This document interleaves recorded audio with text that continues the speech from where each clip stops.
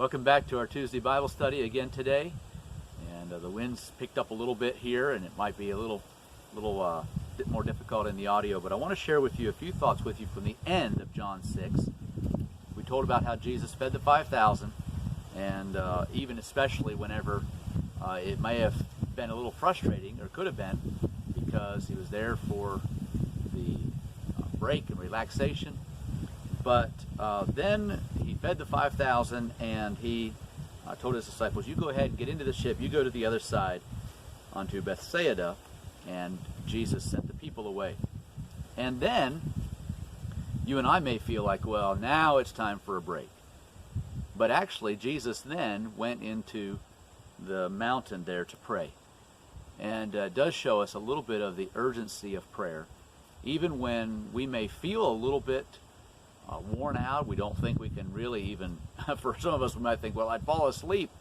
You know, I'm already given out and given out and given out, and surely it's time for me to sleep. But it says that he went there into the mountain to pray, apparently right after he had sent the multitude away. And the disciples went. They were on commission. This is what Jesus told them to do. They went out into the sea, and Jesus had an eye on them. It mentions here that he saw them toiling and rowing, for the wind was contrary unto them.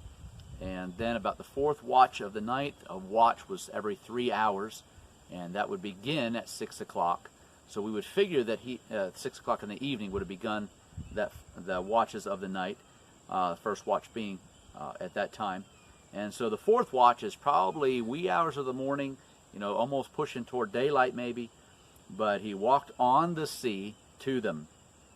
And of course they thought it was a spirit. They thought, you know, nobody can walk on the water. And he called out to them, and notice what he said, verse 50, be of good cheer, it is I, be not afraid. And I'll just remind you, we did just, I think 2 chapters ago, focus a little bit on how Jesus calmed the sea. And just another reminder, when Jesus is there, no matter what our sea, our trial may be, it's good to know that we can be of good cheer because Jesus is with us. But there's another part here that we get into, and I want to notice especially verse number 52. Of course, Jesus again calmed the sea, but in verse 52 he said, talking about the disciples, for they considered not the miracle of the loaves, for their heart was hardened. Now, I don't believe that means in a rebellious sort of way, but just that they were too, you know, think of maybe a little bit like the soil. Hard soil is hard to work with. You feel like I can't really quite dig in. The seeds won't take root.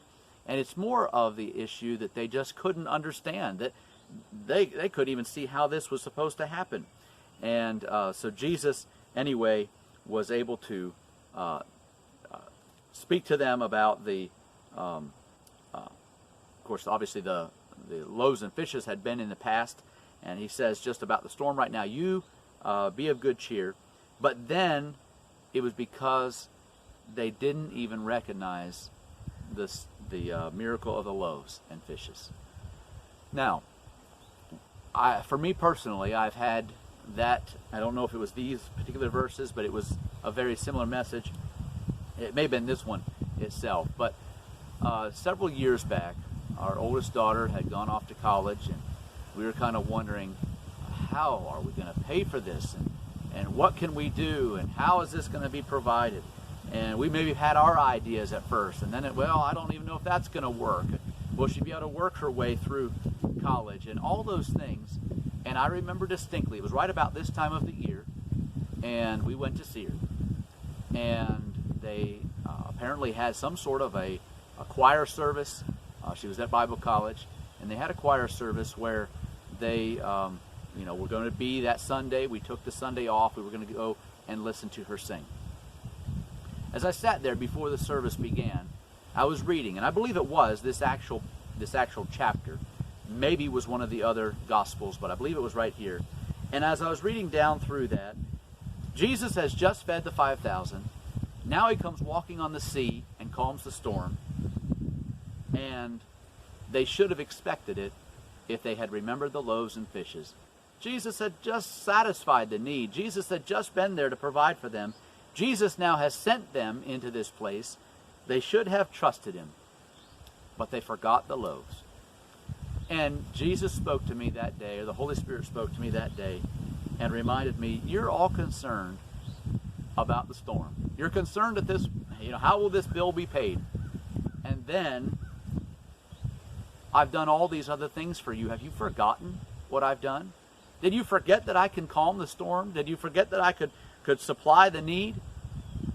And again, a reminder that he had just, a couple chapters before this, I think it was Mark chapter 4, that Jesus had already calmed the sea. He could do it again, and yet they forgot what God could do. And so today I wanted to just kind of leave that with you. We're going to probably just skip the last few verses of the chapter. Yes, there were others being healed and all. But I just want to sort of remind you today, don't forget what God has already done. When the sea seems rough and the tempest is raging and you feel like you're about ready to go down, don't forget what God has already done and then trust Him for this.